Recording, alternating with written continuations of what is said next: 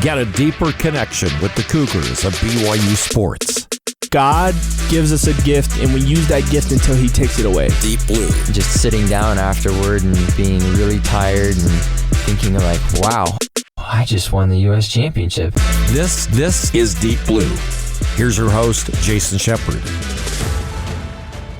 Thanks for tuning in for a brand new episode of Deep Blue. This is the show where we get to know the person behind the number that you see on the field or the court. These are the true stories of BYU athletes from their own mouths. Happy to have my guest today is BYU wide receiver Chase Roberts. Chase, thanks for taking a few minutes. I always enjoy talking to you. Thanks for doing this. Yeah, of course. I'm excited to be here, and this is a cool podcast thing that you do. So yeah, we're gonna get into a lot of things, but I want to start here. I want to start with Tabitha's Way. For those that don't know what that is, explain what that is and how you're involved with it. Yeah, we started. I mean, it's been going for a couple years now. It's always fun because it's in American Fork, and that's where I grew up. And we get to go volunteer, help out whatever they need. In the moment, I know during Christmas time, me and JoJo were there. We were passing out little toys to little kids as they were driving by, and just to see the light on their faces, and it just puts into perspective, what really matters. And especially as football players, we're so focused on winning games and making the fans happy, but really it's about those people that are struggling that also need the joy and the happiness in their life, and we go out of our way to do that, and Tabitha's Way is a great way to give back to my hometown, American Fork, yeah.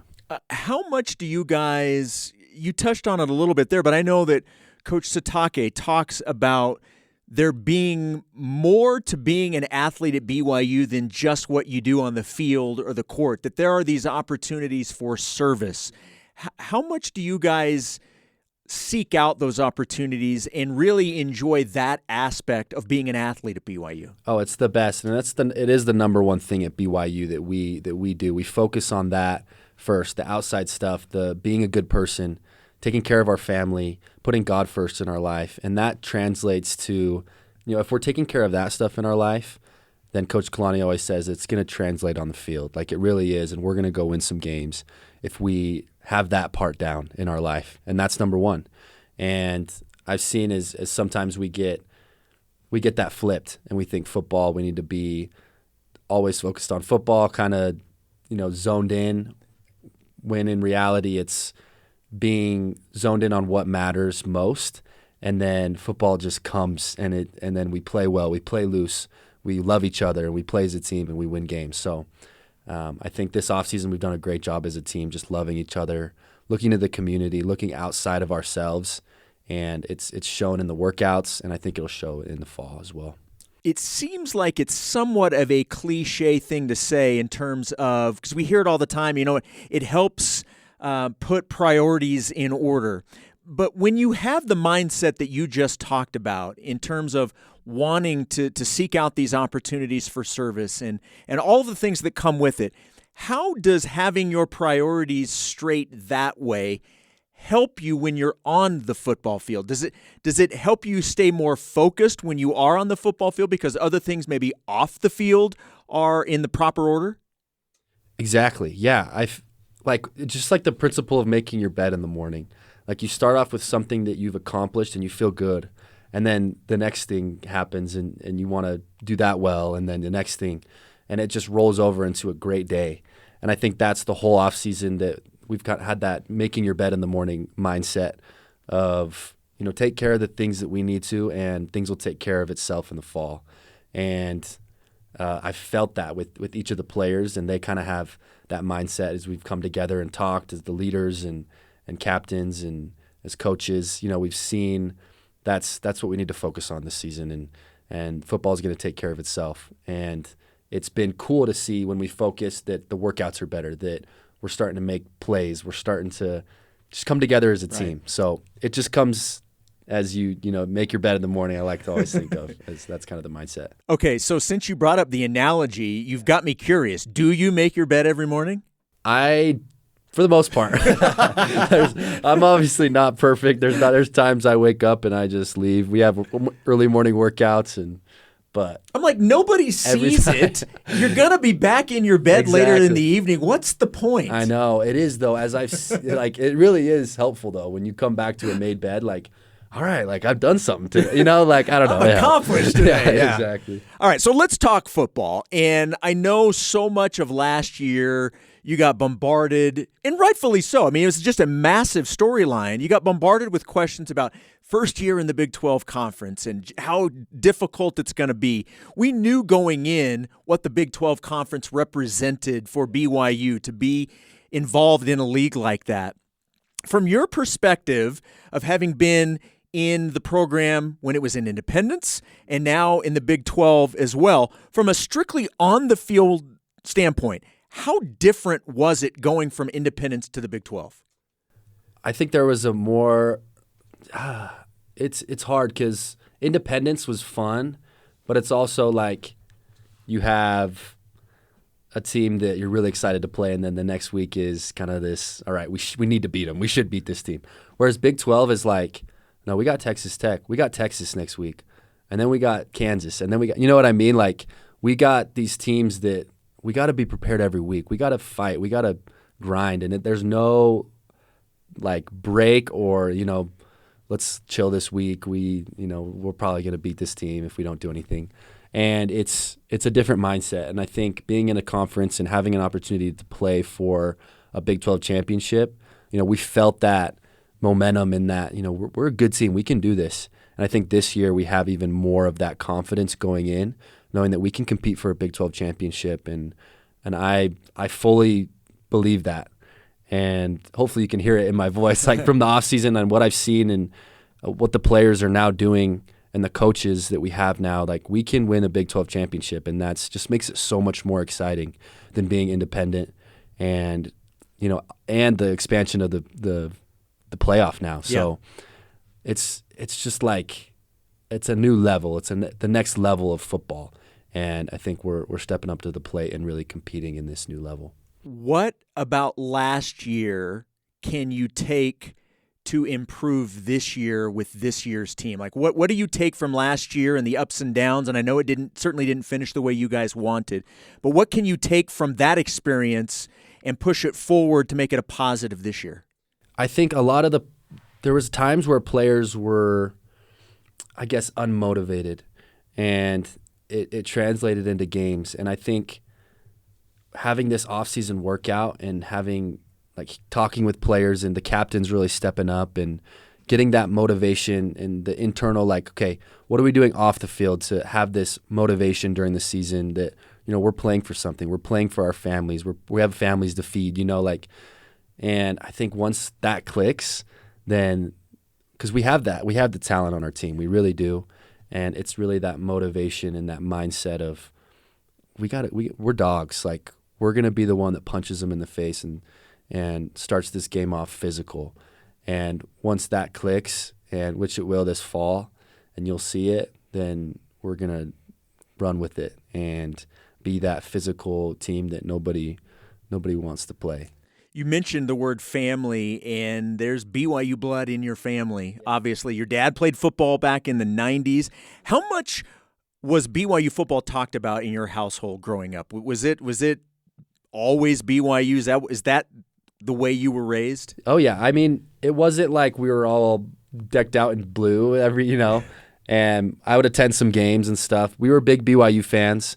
I remember watching them at home with my family, going crazy with the big catches, the game-winning catches. And but I always felt just a piece about BYU that, growing up with it and my dad playing here and getting offered to play here, there was so much peace knowing that, this is where I'm going to play. This is where I'm going to spend, a lot of my life and career here at BYU, and hopefully in the future be able to come back and do some stuff with BYU. It's just, growing up with that, it's a special place that I'll always have in my heart. What was your upbringing like? Give us your family dynamic and what it was like growing up in the Roberts household in American Fork. Yeah, we were it's fun because my dad's super sporty. Like, his whole side of the family's rough, tough, kind of not redneck, but I guess a little more country. Yeah. And then my mom's side's from Southern California. or Northern California, sorry. And they love like theater and singing and dancing. And so it's kind of a fun mix of, we have the dancer side, and then the kind of the rough, tough, like chill. So the dynamic's super fun. My mom grew up singing with us, dancing with us, and we love instruments, we love music. And then my dad would go out and we'd play football together. We'd tackle each other and go boating and hunting and fishing. And so I think growing up with my little brother, older sister, it was just a blast because we were always doing something, whether it was a theater type, play or something sporty, something more manly. And not saying that theater isn't manly, but you were very well-rounded growing up. Yeah, it was fun because we had there was everything, and just a fun time. Grew up in Highland, so a fun place to grow up and be close to the mountains and do a lot of fun things. So definitely miss childhood, but it's fun to be older now too. Over your career, you've caught a lot of passes from a lot of different quarterbacks: Jaron Hall, Keaton Slovis, Jake Retzloff. How much of an adjustment is it for you depending on the quarterback, or is that somewhat overblown? When it comes down to it, you just go out and play and make plays, and there's an aspect of like trust and timing and knowing where you want to be, and that does elevate the game a lot. But you see it all the time in the NFL and in college that people get hurt, and then the next guy needs to step up, and you need to make plays and make catches. And I think it is overblown a little bit. And when you're in the game, like, we're all D1 athletes. Like, we'll figure it out, and then we can go make plays no matter what. So it's been fun to play with all of them, and I think all of them know. I think we've played together enough. And even new guys coming in, we've already gotten the reps and stuff. Like, we're just making sure that preseason stuff, that we'll get reps with whoever it is. We have the reps down, and we'll be confident going into the game that whoever it is, we're going to make plays and score points. So you have become one of the more recognizable and prominent players in the program right now. Do you enjoy that part of it? I do, yeah. I think it's a great way to kind of show who I am, to be an example to the younger generation. And I feel like Heavenly Father's really blessed me in a way that I can be in the spotlight and be able to share my testimony and to show people that putting God first is number one. We need to always put Him first, and then football comes second. And so I do love being able to be recognized by kids and talk and be an influence in their lives. So to take that another step further, obviously with BYU being a faith-based institution, it is much easier to be able to show that side of your personality and your life and what it means to you. As strange as it may sound, how can you as a football player represent the Savior when you're out in the world, whether it's on the field or just out in the world in general? Yeah, I was always contemplating that, especially on my mission of how I can be a better disciple as a football player, because I'm going to be so focused on football. And I remember my mission president telling me, like, every time you make a cool catch or every time you score a touchdown, you're glorifying God and you're making a play for Christ. And I was like, that is awesome. And just super motivating for me to give it all I got and to make those plays so that I can glorify Him, especially just being at BYU. You make a play and it represents Christ. Like, that's the amazing thing about being here and being able to, like you said, talk about it all the time. And it really has been such a testimony builder to me that I can use football and the hard work that I put into football to spread the gospel. Our guest today is Chase Roberts. We will take a quick break. When we come back, we'll get into to more with Chase and his career with BYU and some of the things that he's been able to do at such a young age, including serve a mission for the Church of Jesus Christ of Latter-day Saints. We'll get into all that when we return here on the Deep Blue Podcast on BYU Radio. Hey, Cougar fans, this is Jason Shepard. I hope you're enjoying another season of great interviews here on Deep Blue. If you love Deep Blue, you should check out our other BYU radio podcasts like Her Why. Lauren McLean talks about everything BYU women's athletics with current athletes and coaches, plus stars from the past. BYU has some of the best women's teams in the NCAA, and you want to hear their unique perspectives. So download and subscribe to Her Why on YouTube, Apple Podcasts, or wherever you find podcasts.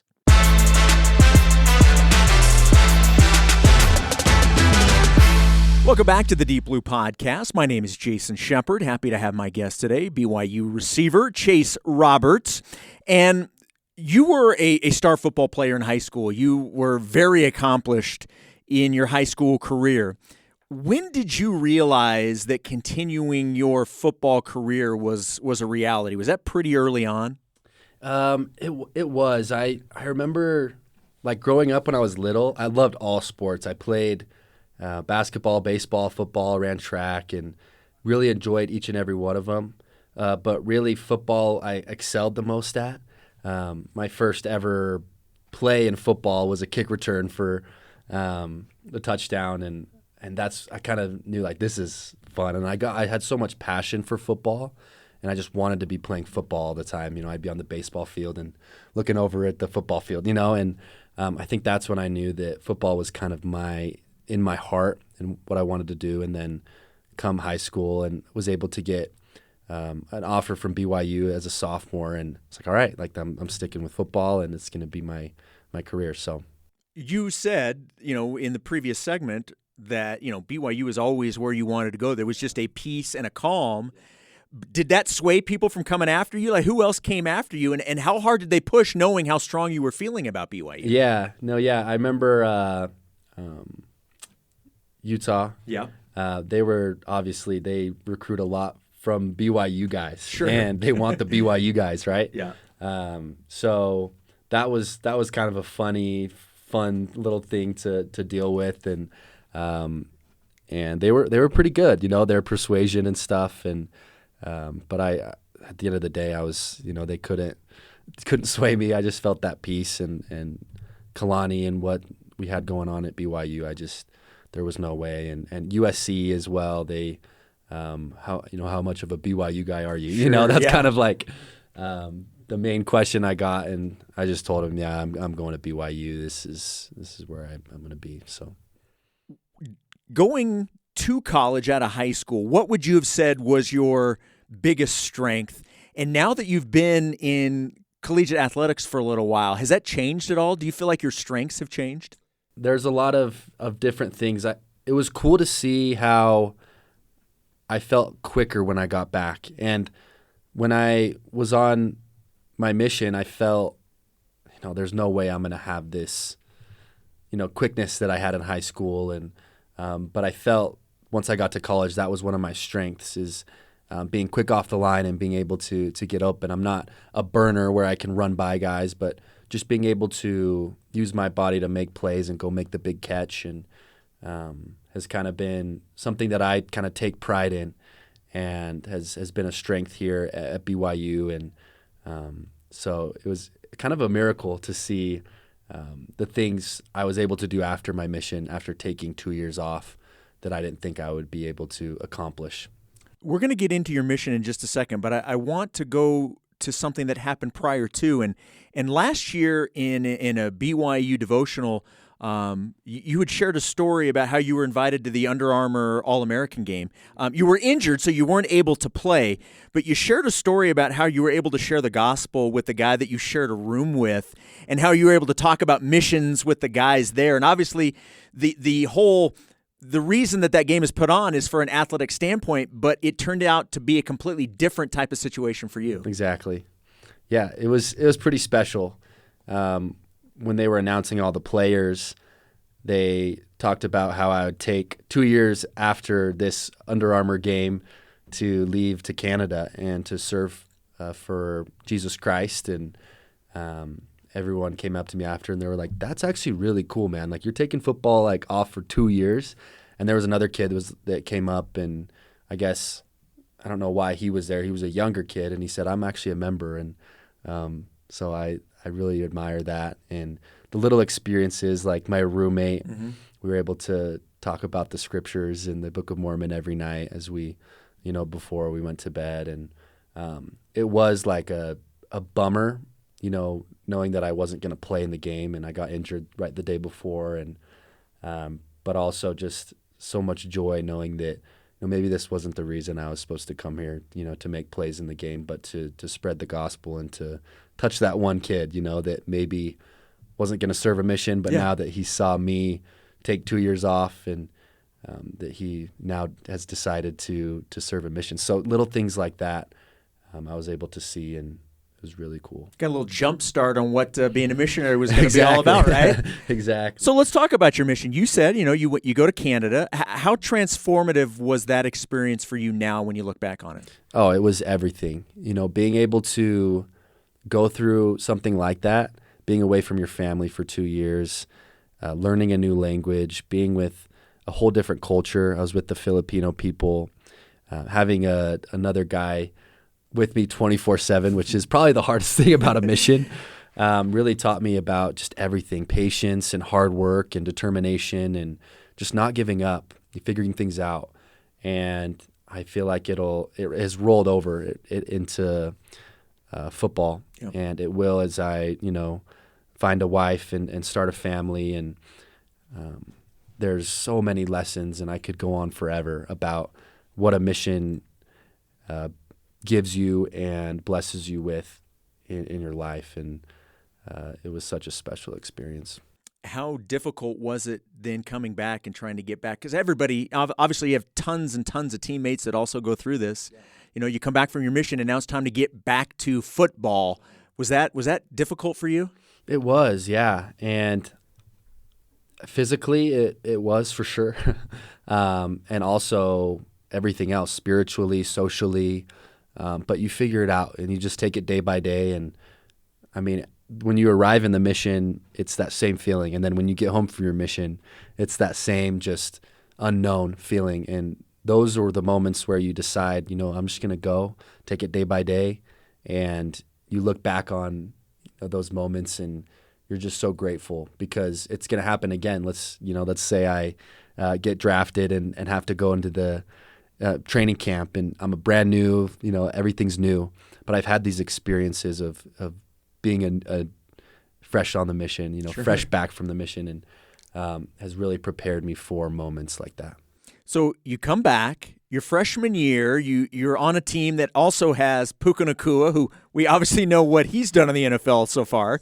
Gunnar Romney was on this roster as well, but they both unfortunately get sidelined for the Baylor game, which turns out to be a breakout game for you. What do you remember from that game? I know what I remember. What do you remember? I just remember being a little nervous, especially Coach Roderick before the game. In front of the whole team, he points me out and says, "Chase, I expect you to step up this game and make some plays."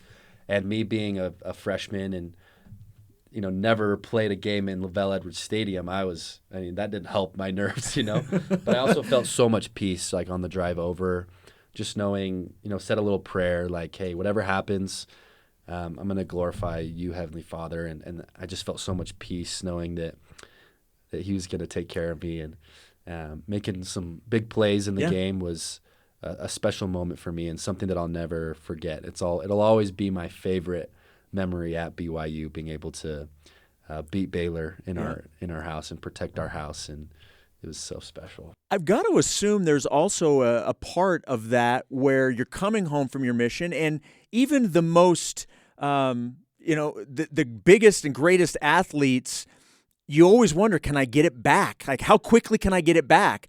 Was that a game where you kind of were able to exhale? It's like, not like in a boastful way, but like, I still got it. Yeah, exactly. And I can hang. That was that moment of, this is fun. Yeah. Like I got back. I feel good. Yeah. It took a while. It took obviously from the mission, but yeah, that was the game where I got kind of that confidence back of, this is just a game. This is another level, but just felt like I was back in high school making plays. So Let's talk about another big victory, and you had an unbelievable catch. One of the greatest catches in BYU football history against Arkansas last year. Take me through that play and what you remember from that touchdown catch, which, by the way, ended up being the #1 highlight on SportsCenter that night. Yeah, that was a fun night. I remember beforehand being really down because I had fumbled right before halftime, I believe, and it was a big fumble, and I hadn't had the best game. I wasn't playing super well, and at halftime, all my teammates were like, "Bro, we need you. Like, let's go, babe. Like, let's come on." And I was like, "Yeah, I got you." And just seeing like the love that my teammates had for me, I wanted to make a play for them, and I wanted to, be the one to make a big play, and they trusted in me to do that. So going into the second half and in the fourth quarter, when the time came, I was hoping the ball would come to me so I could make a play. And Keaton threw a great ball, and I was able to stick my hand out. I think there was some divine intervention that into that catch, and but just so grateful for my teammates. I think in that game and in that moment, and for the confidence that they gave me. You mentioned that the Baylor game was probably your most fondest moment to this point. Yeah, I don't know that one can be beat. Is the Arkansas catch your best catch of your career? Or is there something else that you would put higher than that? And if there's something better than that, I would love to know what it is. I think it's probably up there, yeah. And just like the timing of it, yeah. It was a cool moment. Did you ever go back and just watch it? I watched it a couple times. I would Only watch a couple. it every day is what I would do if I did. All right, so let's talk about, as we begin to wrap things up, and I thank you so much again for doing this. This has been amazing. Let's talk about this season coming up. What gets you excited about the opportunities that are ahead of you and this team? So many things. I love my teammates and my coaches right now, and there's a lot of love and camaraderie that is happening right now in the locker room, in workouts, in meetings, and I'm just excited to play for them and to play for something bigger. I felt like there were times last year we were sometimes very selfish, and I was at a point where I was selfish and just wanted to play for myself, and there were other players like that, and this year is different. It's a different vibe, a different feel, and that's what I'm most excited for this season, is knowing that we're gonna dominate and we're gonna have fun playing. So I'm excited for that. Does legacy mean anything to you? And if so, what do you want your legacy to be at BYU when your time in Provo comes to an end? Does it mean anything to you? Is that something that you think about? I hope, yeah, for sure. And I think, you look at players in the past, you look at Lavelle Edwards and the legacy he left. I hope that when people think of Chase and of this team this year, they think of just heart and love and fight. And I hope that's the legacy that this team leaves, and that I'm able to leave is he was himself. He was a disciple of Jesus Christ, and he played like that. And that's the legacy that I always think of.